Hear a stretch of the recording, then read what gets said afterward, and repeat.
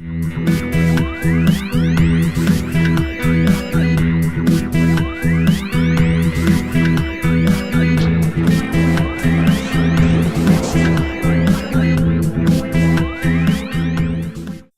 thanks for tuning in. This is my Panasonic Lumix G7 camera, which I'm currently using as a webcam.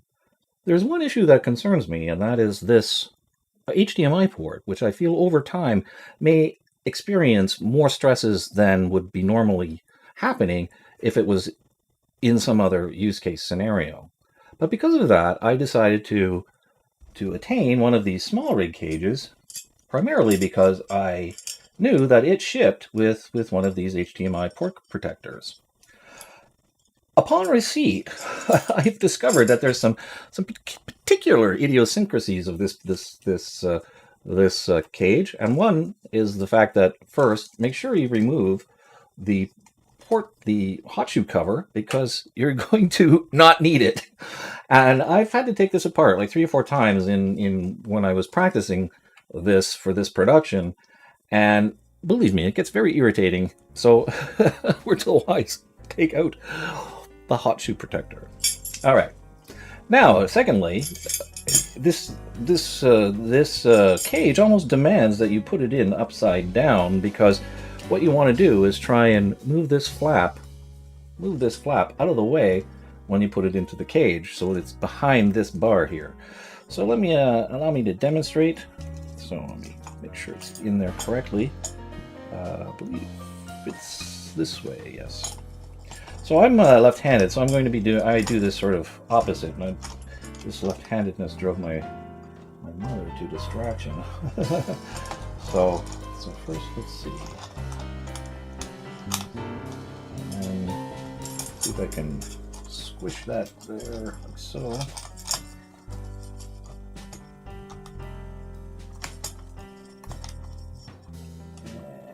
Is it in there? Is it in there? I don't know. Okay, so let's see. So let's see. Screwdriver.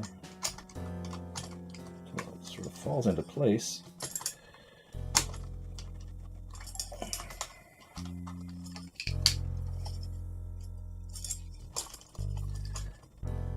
There we go.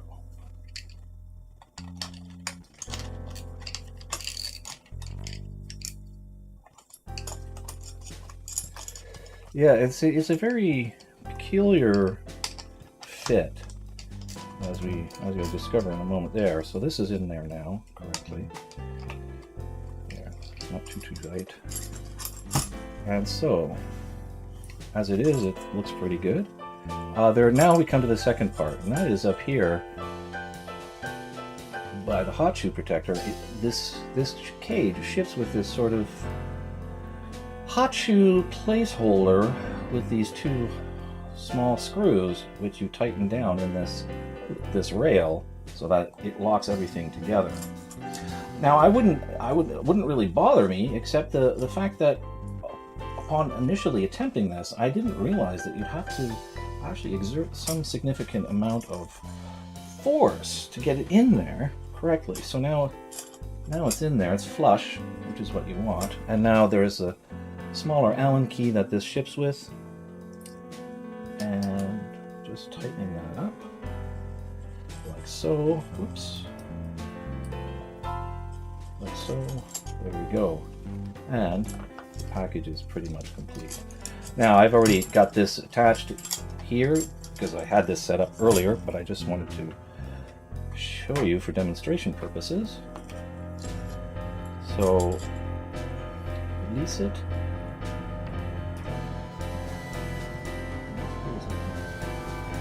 Let's see, large size of facing the front.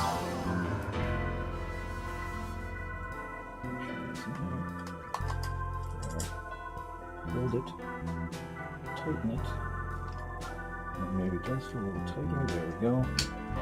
And now we can hold it like this without worrying about the port.